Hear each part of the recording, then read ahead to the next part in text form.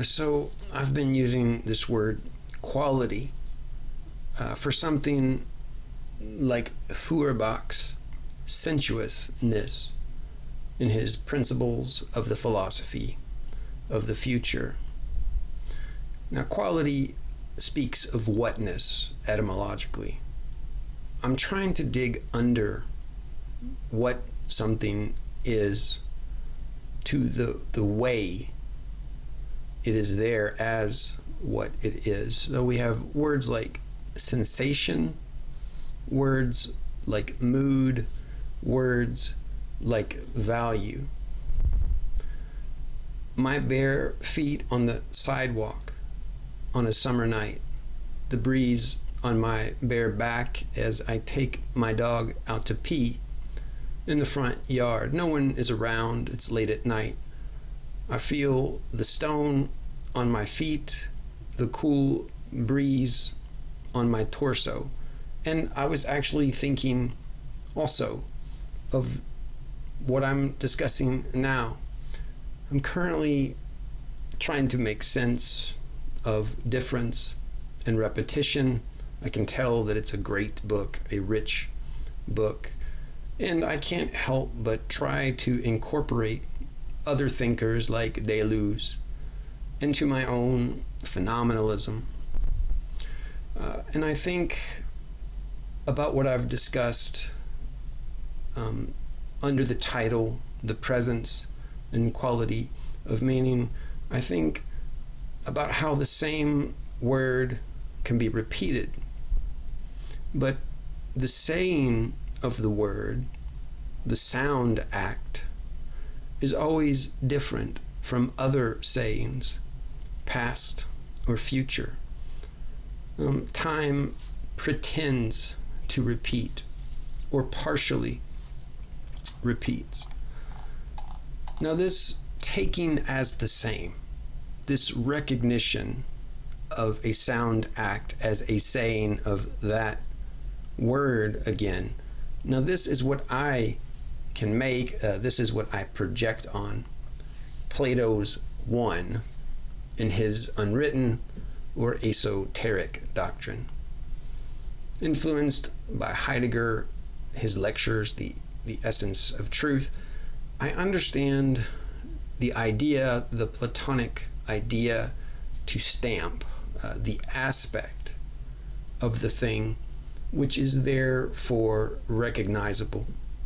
When I took my dog out to pee, I saw the old fire hydrant that I've talked about in several videos.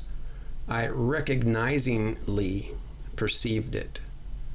And I see it from many locations, various nearby places, by sunlight or by sodium streetlight.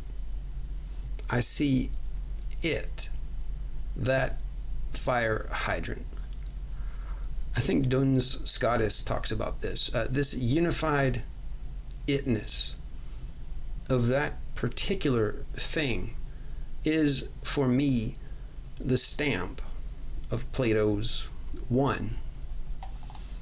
But as I make sense of him, this one is the invention of the phenomenologist. Because, I'm reading Plato as something like a phenomenologist when I read his unwritten doctrine this way. In other words, this stamping has always already happened.